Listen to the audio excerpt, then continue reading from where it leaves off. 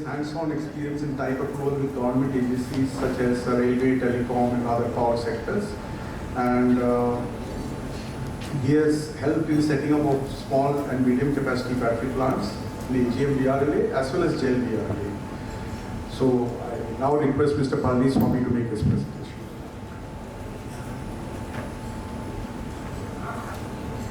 Good evening. Good evening to all of you. My sincere thanks to Ramesh Nagarajan sir and Arvind Mohan sir for having given this amazing and wonderful opportunity to interact with all of you, and our participants from throughout India. It's a very good platform to introduce myself. So actually, the design aspects of VRLA batteries.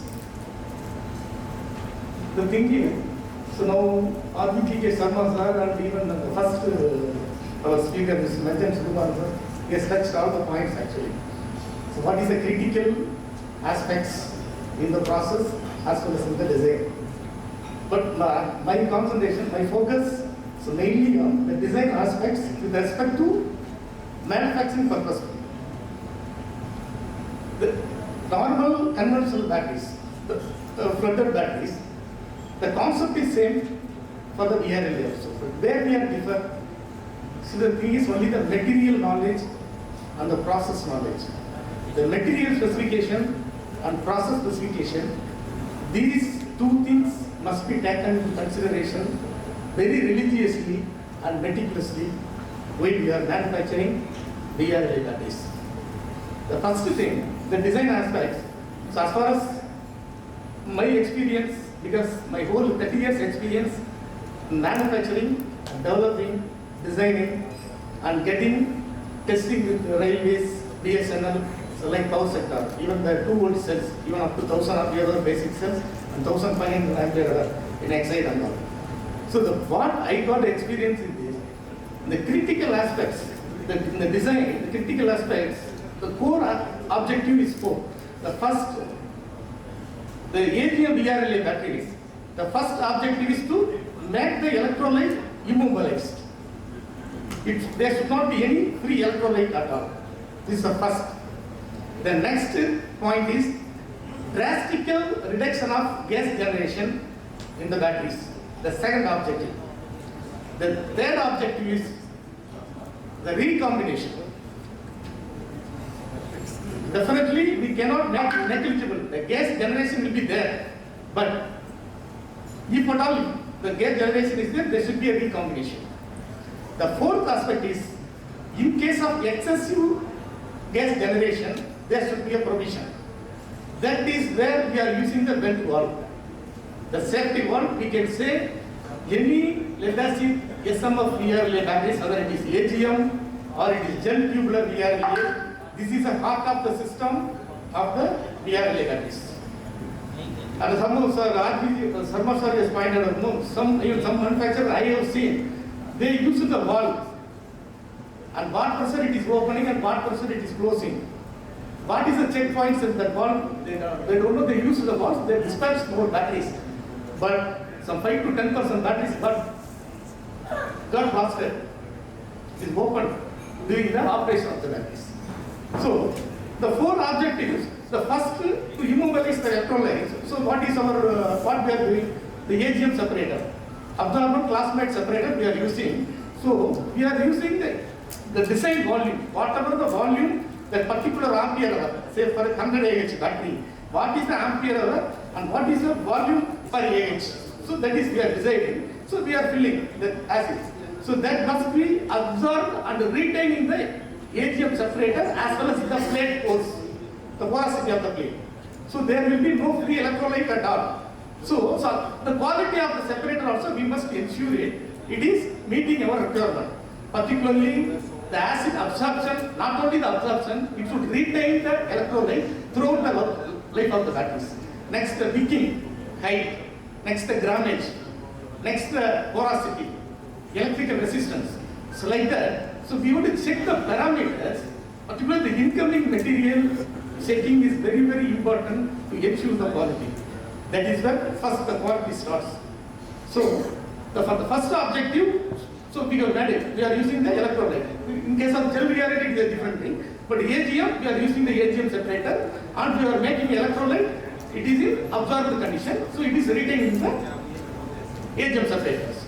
The second point, the drastic reduction in the gas generation. So in the normal alloy, so we discussed, so since morning, we have lead antimony alloy, lead antimony low antimony alloy, and lead calcium alloy. So we have lead calcium silver alloy we are discussing.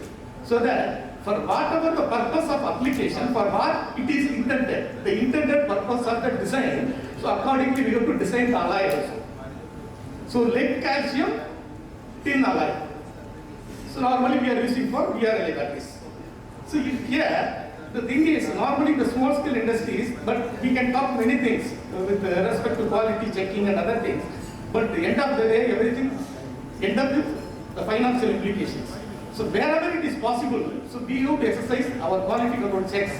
But normally, when we are getting the alloy for making AGM VRLA batteries, say for example, the negative alloy may be 0.14 your alloy, you got it. But what is the calcium content? It is going in the grid. Definitely there is a difference. Your alloy composition will be different from your part. After casting of the grids, what is the content of the calcium in the grid? It will differ. So there we should exercise our quality checks. So what is our target? So 0.1 is the minimum calcium must be in the negative grid. So like that. So the positive also lead calcium, and we are using a tin because of the corrosion to avoid the corrosion in the positive plate. So we are using the lead calcium tin alloy. So the reduction of casing, starting with the alloy, then all the material ingredients, that is the expanders, whatever, even the oxide, whatever the oxide we are using, we have to be very sure about the purity of the oxide. So normally they are using lead calcium grades, and then they will use the normal oxide which they are using for other flooded batteries. They will use the same oxide for making VRLA batteries also. So definitely there will be the gas generation will be more, that is called thermal runaway. It will be run out and the premature failure will be happening there. So the alloy, in case of gas reduction, we have to have the alloy composition is to design. Next, the expanders, whatever the chemicals, that is the formula. And whatever the alloy, oxide, the chemicals, even for positive and negative, other than that, even the plate processing also. So what kind of density we are maintaining during the casting, at what temperature, the peak temperature is going during the mixing. Whether it is a small mixer, it is 100 kg mixer or 300 kg mixer or 1 ton mixer, the temperature is very, very important because they discuss about that tri-basic, trans-basic lead sulfate and alpha BPO, that is based on the applications only. But we must control in the mixing also. The mixing, the density, the temperature, and the penetration, and the moisture. Before the plates are going into the chamber, the moisture, what is the moisture content in the positive plate and the negative plate. These are on the, with respect to gas reduction. The third objective is gas recombination. This is the main point, so what I am trying to tell you. There will be an internal pressure in VRLA cells. The small VRLA, medium VRLA, or the higher, the 2 volt, which is normally going for BSNL applications and railway and all, there will be internal pressure. That is why the recombination is taking place. So what is happening actually? The oxygen migrated from the positive plate, reduced at water at the negative plate. Okay? So that is why, to reduce the over potential, we are having little higher calcium in the negative plate than the positive plate. So that the partially the negative plate will be in discharging condition, and whatever the gas is generated, it is recombined. That is called 99% recombination we are getting if we are using the proper material, proper method, and proper design. And particularly to get this gas recombination, the positive to negative, the ratio of active material is very much important, and the ratio of active material to the grit also is very much important. So these are the things for the recombination. So we are taking care. So in the normal recombination, 99% we are getting it, but still there will be some gas generation inside. That is normally, sorry, as asked Ravi Govindan sir, normally it is 3 to 4 psi. Normally, for the small VRLA, even up to 4 psi. For the larger VRLA, height says, even up, the Japanese standard, it is 2 to 8 psi. Even up to 8 psi, there is no problem, because this must be maintained. But here, the wall went to wall. Here, many people in my experience, wherever I visited, they are compromising. So normally, if somebody is saying, so they will get the walls, they will not check it for anything. So normally, the functional as well as the material specification must be fixed for the wall, vent wall. Normally, in my recommendation, normally we recommend only the fluoro rubber, particularly EPDM, and the heat resistance, acid resistance, silicon oil resistance, and particularly the shore bonders. These are all the very important parameters for the safety valve, because that is the heart of the system. For small VRLA 7 Ah or 26 Ah, no problem. Suppose in case 1000 Ah 2-volt cell, if the valve is not properly functioning, means it will blast. So that these are all the main things we should take care in the design aspects.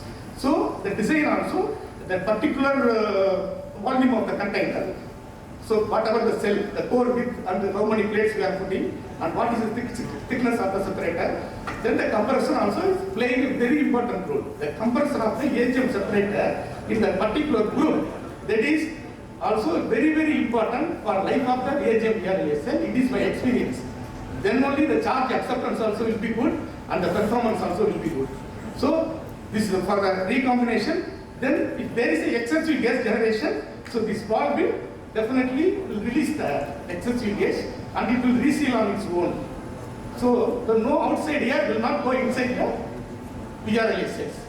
These are all the core objective in the designing.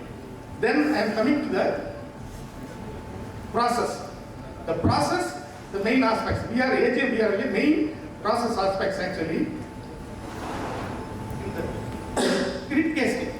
Grid casting, suppose in the small scale industry, if they are not able to offer this OES or something on regular checking, they can 3 months once or something, they can get their grids, send it to the outside lab and get it checked. Then accordingly, whatever the parameters they are maintaining in the casting machine, whether if it is automatic casting machine, if they maintain, suppose the ladle temperature or the feed line temperature or the pot temperature, so it is assured, it is all interrelated only. It is not that, so the big company can check it, every day morning they can check it in the pot, they can check it in the grid, they can check it in the alloy. But as a small company, they can maintain the parameters, process parameters, which has been laid out, and it should be followed properly. That is assured. If you are maintaining this, this will be maintained. But for task check 3 months once or something, they can check it outside. These are very, very critical things. In this area, there are people failing in that. So that the 1000 battery, 2000 battery will be dispatched to the customer, and finally they check it, that what is intended and what is the target, the alloy composition will not be there in the grid or the plate. These are